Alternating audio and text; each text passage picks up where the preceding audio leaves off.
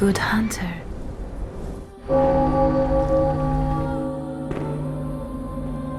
Your presence somehow soothes.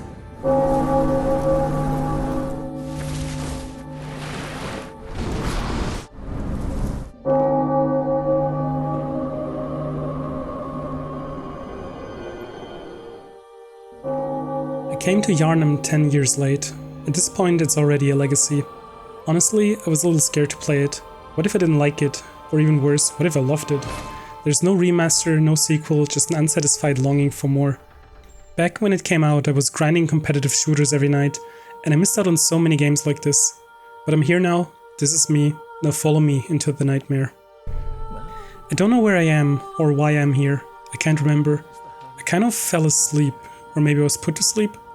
Someone gave me blood. I don't know who he was, or what it was, but I signed a contract, most likely in blood too. I didn't ask for questions, I just signed. Then I saw something, crawling out of blood. A beast, I think. At first I thought it was going to attack me in my weakened state, but it didn't. It reached out its claw, almost like it wanted something from me. And then, fire. It vanished. These small, white creatures started climbing onto me. I couldn't tell if they were trying to protect me or trying to consume me. I still don't know. I wake up, I think. I'm in a clinic, Josefka's clinic. There's a note telling me to seek pale blood to transcend the hunt. Was that the man I saw earlier? Am I the pale blood? What does it mean to transcend the hunt? I don't know. I go outside, I fight a beast, I die. And then I wake up again. But not in the same place. This new place is stranger, dreamlike. The white creatures are here again. But this time they help me. They give me weapons. I pray at a tombstone and it brings me back to the clinic. I find the same beast again, the one that killed me. This time I'm ready. I kill it. I step outside and walk into Yharnam. The city is beautiful, mesmerizing even. But there's something wrong. Something I can't put into words, like I'm still dreaming. Or maybe I just want to believe I am. The people here, they're not quite right. Too tall, twisted. They call me a beast, even though I look normal. And they don't. Is their perspective wrong or is mine? I see them burning a beast on a cross in the middle of a plaza. So they also hunt beasts? Why do they attack me then? Some of them look half human, some not at all. Different stages of mutation, and all of them want me dead. But when I knock on doors, I hear voices, human ones. They talk to me, they tell me it's the night of the hunt, that I, as a hunter, have to hunt. It seems like they understand what's happening, better than I do at least. Some of them are kind, some aren't, but they all sound human. That helps me. It makes me feel like I have a role to play, like I'm not entirely lost. But they still call me outsider. I guess I am. I die again, and again. I wake up in the hunter's dream. I don't understand this place. It floats in some endless fog. Time doesn't seem to exist here. The tombstones are the only way out. I meet another hunter here, an old man in a wheelchair. His name is German. Or at least, that's what he says. He tells me not to think too hard about it all. That is easier said than done. I also meet the doll. She's kind. She helps me grow stronger, somehow. There are white flowers everywhere in the dream. It's peaceful, almost beautiful. I wonder why they're here. I start finding small scraps of information, mentions of the healing church, that they once watched over this place, that they sealed the gates and abandoned old Yharnam. I press deeper into the city and find a massive bridge. At the far end, I'm attacked by something huge. The cleric beast. It's deformed, towering, like a werewolf that used to be something else. The fight is hard. What throws me off is how it moves. Not like a beast in blind rage. It paces. It is diving in and out, not letting me retaliate with my attacks. Like there's this person still underneath. I die. Again. The doll helps me grow stronger. She trades blood echoes for strength. But I don't feel strong enough yet. Not for that thing. So I take another path. I slip into the sewers and find someone. Another hunter. I'm so relieved. Finally. Someone like me. His name is Father Gascogne. But before I can understand why, he attacks me. He says all hunters eventually lose their minds. And before I can defeat him, he transforms. Unleashes his full fury as a beast. I die again. I go back to the bridge. Train. Prepare. Burn through vials and molotovs. And this time, I kill the cleric beast. It drops a sword hunter badge, a symbol of a church hunter. So it used to be human? The bridge is a dead end, I have to find another way forward. And I feel drawn to the Grand Cathedral. I don't know why, just that I need to be there. I find another hunter wearing a bird-like mask. I hesitate. Every hunter I've met has either warned me or tried to kill me. But she speaks. She's calm. She helps. Her name is Eileen the Crow. She doesn't fight me, she watches me, says there are no humans left. Does that include me? Her? The voices I hear behind closed doors? I meet Alfred too. He says he's with the church. He's kind, respectful, and he offers to share knowledge. He tells me about the things hidden beneath the chapel. Eventually, I find a strange woman slumped on the floor. She says the chapel is safe and that I should send people there. I don't know if I trust her. She doesn't look human like Alfred or Eileen, but maybe she means well. I make my way into Old Yarnum, a place abandoned by the healing church. As soon as I arrive, a voice tells me I have to die. Not because I've done something wrong, but because I'm too good at killing. A beast, a sniper, another hunter, all of them try to end me. I don't understand. Aren't we all doing the same thing, hunting? Why do some hunters fight alongside me and others try to stop me? The answers don't come, just more killing. I go deeper. Old Yarnum has no humans left, only beasts. Is this what Eileen was saying? I reach the lower city and face the blood-starved beast. It moves fast, poisons me, almost overwhelms me. But I adapt. I find antidotes, I survive. And then, I kill it. On my first try. A lantern appears, the doll welcomes me back. She tells me that every grave in the hunter's dream belonged to a hunter before me. I look around at all the headstones, and I wonder when mine will be added. I went back to German for guidance. He talked about the Tomb of Gods, about a holy chalice buried deep in the valley. I tried to listen, but none of it made much sense. He told me to return to the chapel and ascend to the old church workshop, so I did. I followed an elevator into another tower and fought my way through. But all I found were locked doors. Was this the right place? Had I missed something? Where do I find the key? I headed back down, confused. Then when I noticed the enemies, they were different. They had new attacks, the lanterns covered in ice. Just when I thought I was getting the hang of this world, it started slipping away again. I got ambushed by a powerful enemy. He didn't kill me, he kidnapped me. I woke up in a cage in his village. I found a note, something about killing a newborn. I don't understand what any of this means. Everything here is too strong. I barely make it out with my life. I find a lantern and flee back to the hunter's dream. German's gone. Again. I wish he would just explain things. I remember the gate to the Grand Cathedral. Its symbol. I've seen it before. I can buy the emblem from the little messengers in the dream. So I do. When I return and step into the graveyard plaza, something shifts.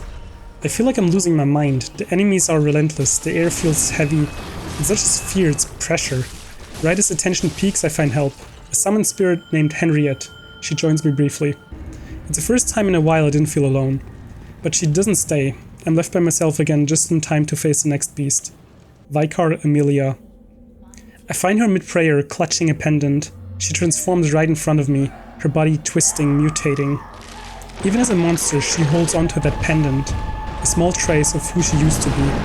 When she dies, I touch the skull on the altar and see something. A vision? Lawrence and Willem arguing? Fear the old blood, they say. I don't know who they are or what they want, but the phrase sticks with me. That's when I encounter something new, a status effect called Frenzy. It builds up faster than I can stop it, and when it hits, I just die. The cathedral is another dead end. I find Alfred again, we share information, he tells me about the Wild Bloods. Another faction, another philosophy, another way the blood can twist people. I stumble across a sealed door, a man asks for a password, I've heard it before. Fear the old blood, I say. The door opens, but the man behind it is long dead. How did the door know what I was saying? Who was speaking? I'm back to chasing shadows. I push into the forest beyond, more twisted people, more beasts, I keep going. I meet a man who invites me to join his league. I accept. At this point I'll take any friend I can find. Still no sign of German. Still no real answers. At the forest's end I face the shadows of Yarnum. 3 cloaked figures with bodies that shift and twist mid-battle. Tentacles, snakes, they don't resemble beasts anymore. Somehow I survive. And that's when I reach Briggenworth. I've heard the name before, Alfred mentioned it. A college, long abandoned, the birthplace of something, I don't know what. The creatures here are different, insect-like, aliens. I pause, go back to check the workshop German told me about. I find it. And inside it, an abandoned doll, just like the one in the dream. The room is exactly the same, but this isn't floating in mist, it's buried deep in the real world. What does it mean? I find a hair ornament and bring it to the doll. She smiles, she cries. I don't know if she's real, but she felt something. Back near the cathedral, I find another path, Hemwick Churnal Lane. It's filled with witches. They're not powerful, just aggressive, throwing knives and swinging torches. At the end, I face the Witch of Hemwick. She turns invisible and summons monsters, but I take her down. In the room below her, I find a dead hunter, a new ability. I can now use runes, carve them into myself. Eventually, I return to Bergenworth. I feel like I have to. I meet an old man there. He looks familiar, maybe from that vision between Lawrence and Willem. He points towards the moon, hanging over the lake. I don't know why, but I jump. I awaken in a different place, the moonside lake, fog all around, nothing on the horizon. I find a creature, it doesn't attack me, I don't want to kill it, but I'm a hunter, right? So I fight. It summons spiders, drops meteors, I nearly die, but I win. And then I see her, a woman in white, bleeding from the stomach, her womb. Voices echo, a baby cries, the moon turns red. And I wake up back in the cathedral ward. I start moving down the stairs to Yahar Ghul, the unseen village. The sky is purple now, the moon is red. Amygdalas are everywhere, clinging to buildings like they've always been there. I just couldn't see them before. The enemies here don't die, they respawn, reborn in blood. I stop looking for monsters, I start looking for answers. But I don't get far. I hit a wall, again. Maybe I'm not meant to be here yet. I double back and find a hidden entrance to Josefka's clinic, the place where this all began. Inside, I find a woman. She says she's nauseous, but also that she might be the chosen one. I don't understand what she means, so I leave. I follow another lead, a letter I found earlier, inviting me to Canehurst Castle. Why would a letter like that be addressed to me? The castle is cold, haunted, the halls echo with ghosts, vampires, things I don't have names for. I fight my way through and find the king on the rooftop. He attacks me. Of course he does. I kill him, but once again I feel stuck. Like none of this led anywhere. So I go back to Yahar Ghul, hoping this time will be different. And it is. I recognize the place now. This is where the kidnapper brought me. But something's changed. The people are gone. In their place, strange, twitching creatures that don't look like anything I've seen before. I press forward, I kill everything I can. I'm a hunter. That's what I'm supposed to do, right? And then I reach it. A grand, rotting plaza. The moon turns black. Something is born, a creature made of bodies fused together in agony. The one reborn. It's protected by witches, but I do what I've always done. I kill it. A lantern appears. Still no German. Still no answers. I hear voices from the sky, murmuring from the blood-red moon above. Ahead of me is another cathedral. More stairs, more silence. I walk inside and find a corpse slumped in a chair. When I inspect it, I'm pulled away, back to the place I've seen before, the lecture building. It's filled with strange enemies. I fight my way through until I find a shadowy door. I step through it and arrive in the nightmare of Menzies. Where even am I now? What is happening anymore? The nightmare of Menzies was the worst yet. Frenzy poured from the walls. It made every step feel like punishment. Eventually, I found my way to a twisted castle inside the nightmare. I met Mikolash, self-proclaimed host of the nightmare. He wasn't a threat, just a raving mind echoing names, Cosm, eyes on the inside. I think he wanted to be like Rom, to be granted insight. When I killed him, he laughed and said he was waking up now. Was this all a dream? I kept going, the pale woman in white again. She stared at an elevator. She didn't speak, she didn't move, but I followed. I heard the cries of a baby above. At the top of the tower I met Mergo's wet nurse. A name, not a face. Just swirling limbs in a shroud of fog. I did what I always do. I killed her. No baby, no reward, just a lantern. Again a lantern. Baby Garmin has returned now. When I get back to the hunter's dream, it was burning. The doll said German was waiting. I found him beneath the old tree. The gate was finally open. He told me I'd done well, that he would show me mercy, to let me forget the dream and wake up. I couldn't. I needed to understand, I needed answers, so I refused. And we fought. We fought like a man, tired of standing, tired of watching. I killed him.